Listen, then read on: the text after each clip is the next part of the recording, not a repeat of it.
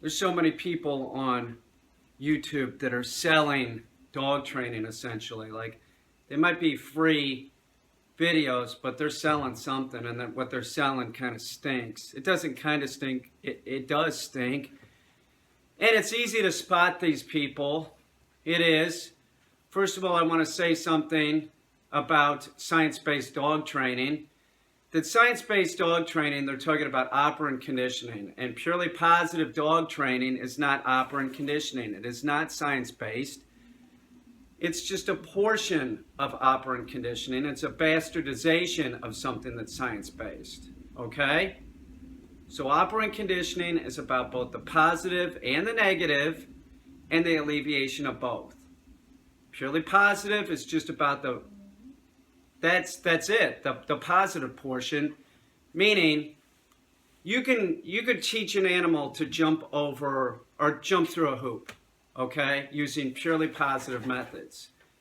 But the dog is more than that. It's a social creature, and you need to deal with them as a social creature. And if you do it this way, just using food as, purely positive and not saying no. First of all, what animal doesn't learn by some negativity? We do. You think the wolf doesn't learn because something negative happens? Of course they do.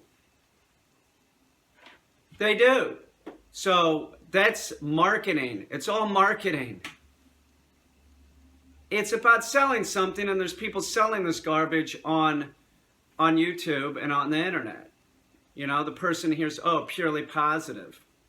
Right? So you can teach a dog to jump through a hoop, but what you can't teach the dog to do is be a good citizen in the human world, and that's what we're talking about. And a lot of these people will cite, well, my dog's won blue ribbons and stuff like that. Yeah, but usually you'll see dogs that are, dog trainers that own these dogs that have won the blue ribbons, they're not good with people. They bark incessantly. They just keep fucking barking because they're never told no.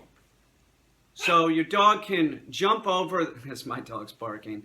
That's Mango. As a dog, can't jump through a hoop, it'll do that. It'll do that for food. But what are you going to do? You're going to carry around a fanny pack with you your whole life? And that's a lot of times we see this with these food-trained dogs. It's absurd. It's absurd. You can train the dog using praise. Good boy. Petting the dog. Toys. Anything that the dog likes can be used as positive reinforcement. Okay? But you should also be training the dog to understand the word no. Imagine your dog's barking at the mailman, wants to bite the mailman. You're not supposed to say anything. And when the dog stops, you give it food. You don't know how many times I've dealt with the dog that has dealt with like a purely positive trainer that works over in Manhattan. They can't get anything done with the dog. They'll even recommend, well, maybe the dog should be put down. Dogs that bit being food trained, I seem to be able to turn them into service dogs. Now, I'm not saying all dogs that bite can be turned into service dogs. They can't. But if you have a puppy that you're food training, you've created this problem. It might just be that somebody's giving you bad advice. Tell the dog no. It's instinctual for the dog to use its mouth. You have to tell it not to. If it's biting, you tell it no. But you'll see all this stuff on the internet, and the way that you spot these people, generally speaking, this is a generalization. One, they will be using some kind of cutesy name. Okay, some cutesy-wootsy name, like say, I saw one today, it wasn't simpatico dog train, it was like sympatic, there's paw in there. A lot of times they use some kind of bastardization using the word paw. That's very common. Wag the dog, something cute. They'll imply that if you use their method that the dog's gonna be a genius or something. It's a dog. Like Bright Star Dog Academy, that's one. The amount of dog trainers that don't use food for positive reinforcement are like me, and I think I know everybody else. There's a few of us. There's a handful of us. Now, there are balanced trainers. I'm a balanced trainer, meaning I'll tell the dog when it's doing something good and bad. That's what you want to look for. If you could find somebody that doesn't use food and uses other things, that's even better. Food's tied into the dog's survival. It makes you look like a resource for snacks. Do you understand? It's not a positive to give your dog a bunch of treats, you know? One other thing, if you're working with a dog trainer that recommends using hot dogs and cheese, totally inappropriate for your dog. Hot dogs are not healthy for a human. Why would they be healthy for your dog? And they have no calcium in it. So you're going to give your dog the shits. You're going to screw up your dog's calcium phosphorus level. Dogs are also lactose intolerant. They're not supposed to be eating cheese. Gene Donaldson will say use cheese. That's another food trainer. That's a food trainer I'm giving, you know, advertisement to. But you need to stay away from people like that. Karen Pryor. That's another Karen Pryor Academy. Did your dog trainer go to some place called ABC? If they went to ABC, you should avoid them like the plague. Could you imagine? I cannot even imagine going to some place called ABC. That's a food training school. And they're gonna be telling your dog, they're not gonna be telling your dog really anything. They're gonna be bribing your dog with food. So you want to avoid anybody that went to ABC food training school. Food is just unnecessary. Zach George is probably the largest presence on YouTube. This is true. And Zach George is probably one of the worst dog trainers and worse for dogs. He's telling people to do the wrong thing. There's videos of him having a dog jump on his back and stuff like that, telling owners to do this. You don't want the dog dominating you. It's not a human, it's a dog. We got 4 million dying every year in the United States because of improper training or no training at all. Zach George's purely positive method, that's improper training, flat out. It's just improper. Another thing that you can look for on the internet is like thumbnails that have a lot of brightly colored writing on them. You know, like it'll be a nice picture of a dog. That's not really, that shouldn't be a yardstick of like this person is competent as a dog trainer. You know? Zach George's thumbnails are the ones that really crack me up. Like it'll be Zach in a kind of pose, like there'll be a puppy here and it'll be down on the ground doing this, looking into the camera. You know, it's all really, really, you know, cornball shit. But for some reason, that cornball shit ropes in people. And that's what it's about. It's about sales.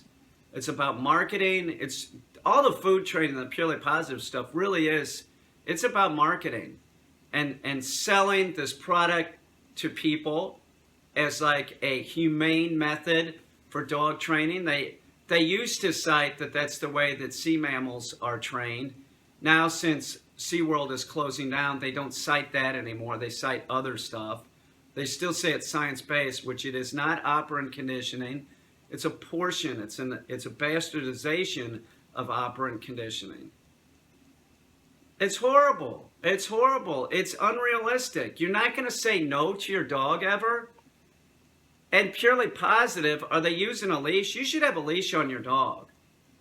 So many of these purely positive trainers, I can think of one dog, which I love, was using somebody that used food, a food trainer, but the food trainer also put a prong or pinch collar on Joopy. So, hypocritical? Yeah, they can't, their methods really don't work, so they end up putting a prong collar on the dog. It's just not effective. If you're going to use pressure, then find a dog trainer that knows how to use pressure, a balanced trainer. And if you can find a balanced trainer that doesn't use food, which there's only a handful of us, there are. I can name, you know, Sherry Lucas, Robert Masters, me, Rex Hughes. There's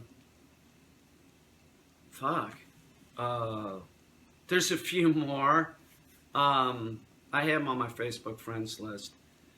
But there isn't a lot of us. If you can find somebody that does that and says that they're not a dog whisperer, that would be the way to go. Dog whispering is another thing that's big on YouTube, and that's really unrealistic. That's based around a TV show, and it's not dog training.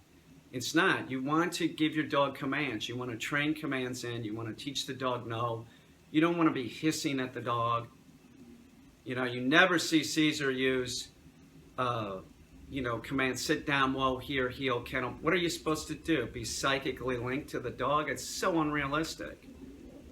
So keep your eye out. If you're looking for educational videos on YouTube, you really should not be looking for something like a bright thumbnail with like big writing on it, you know, or Zach George doing this, or one of these. That's a good one that he does. It's like this. And then he's got like a puppy here and a puppy here.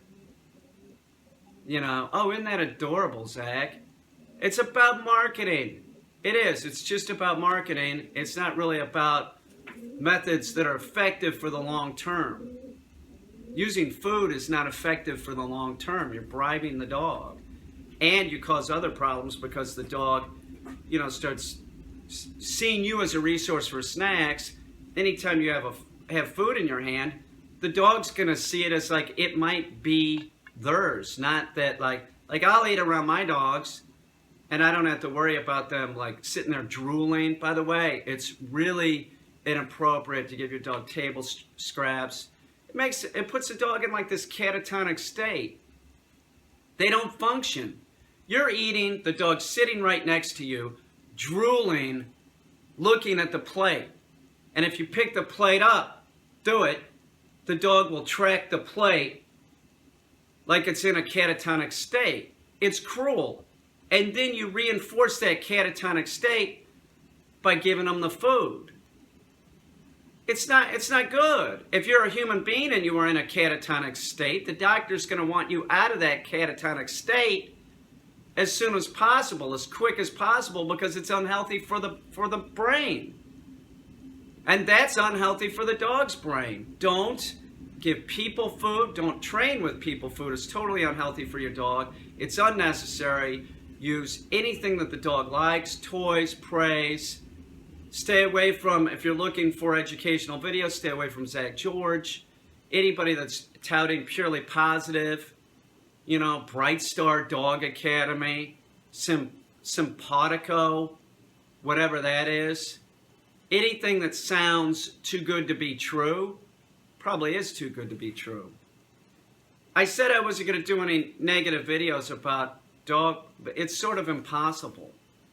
It is. It's sort of impossible not to like review these sites and like warn people. Like it seems like one of the things that I feel I should do is like tell people that there are other forms of dog training other than purely positive.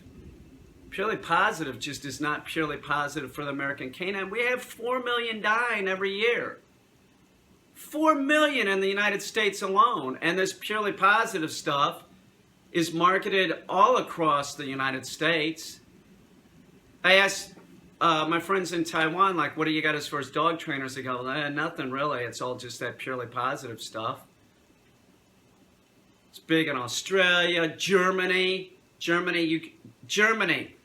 the country where they make Hermspringer collars, right? The best collars. You can't even buy them in Germany. It's like this overly PC now because of World War II or something. If the collar works, it's all these countries that have banned dog training tools, they all have much higher rates of dogs being put down. That's for sure. That's a fact. That is a statistical fact. Why do you think that is? Because they're being super unrealistic. Countries that ban breeds, it's absurd. But those countries that ban dog training tools also will ban breeds too. Watch out what you're watching on the internet as far as dog training goes. Look for somebody that sounds realistic and tells you the dog training is hard work.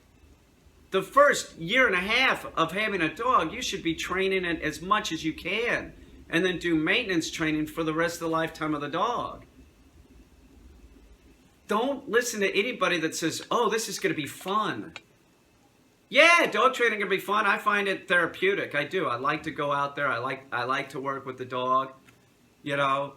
But it is also hard work too. And when it's snowing or it's raining, you still should take the dog out and train the dog. If you could afford to get the dog, you could contact somebody like me and get the dog to a board and train and get the dog conditioned so that you can just step in and start working with the dog. Do it. Do it. That's being realistic. But if you can't afford it, then you still need to do that hard work.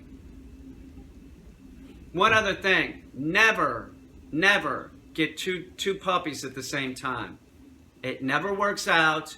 Neither dog gets trained. It's enough. It's enough for you to get one puppy and get that one puppy trained. Do you understand? My hair looks like I have a helmet on my head. Do you get it? Now I look even more ridiculous.